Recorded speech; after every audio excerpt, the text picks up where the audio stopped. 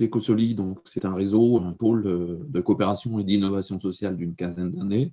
C'est environ 600 acteurs de l'écosystème, à la fois des personnes physiques, des entreprises de l'ESS, des réseaux d'accompagnement et de financement, des partenaires institutionnels et partenaires privés, voilà, qui composent ce réseau-là. Donc c'est bien pour promouvoir, accompagner, développer et accélérer, je dirais, l'écosystème ESS et notamment l'impact de l'ESS sur le territoire.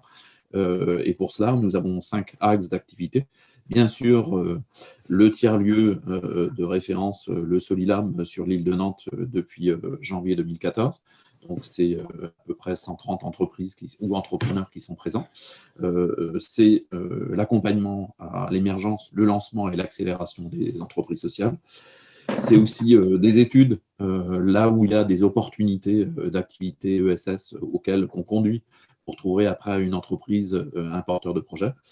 C'est enfin, bien sûr, des événements, et on y reviendra tout à l'heure, liés à la question de la crise. Et puis, bien sûr, aussi les enjeux de montée en compétences, le développement de la formation de nos membres. Comment est-ce que vos activités sont impactées par la crise en ce moment? Bien fortement. Si je prends l'exemple de l'une de nos activités, qui est la gestion et l'animation du tiers-lieu, il a été fermé 2 mois au printemps complètement. Donc, c'est, vous l'avez dit, sur une friche industrielle sur l'île de Nantes de 4000 m² de bâtiments, donc 200 structures. 200 personnes qui travaillent, pardon, au moins sur site. Donc aujourd'hui, la SIC qui gère et anime le lieu, c'est de l'ordre de moins 25% de son activité sur l'année 2020. Donc on a fait appel au chômage partiel pour les salariés concernés par cette activité-là, pour pouvoir diminuer le niveau de charge. C'est bien un outil collectif, donc on avait aussi besoin de réduire le coût de charge de loyer auprès de nos locataires sur le site. Et puis enfin, toute la partie, notamment commerce ESS, et notamment en lien avec les habitants, avec les consommateurs. Donc ça renvoie au circuit court, où là, ça a été plutôt favorable.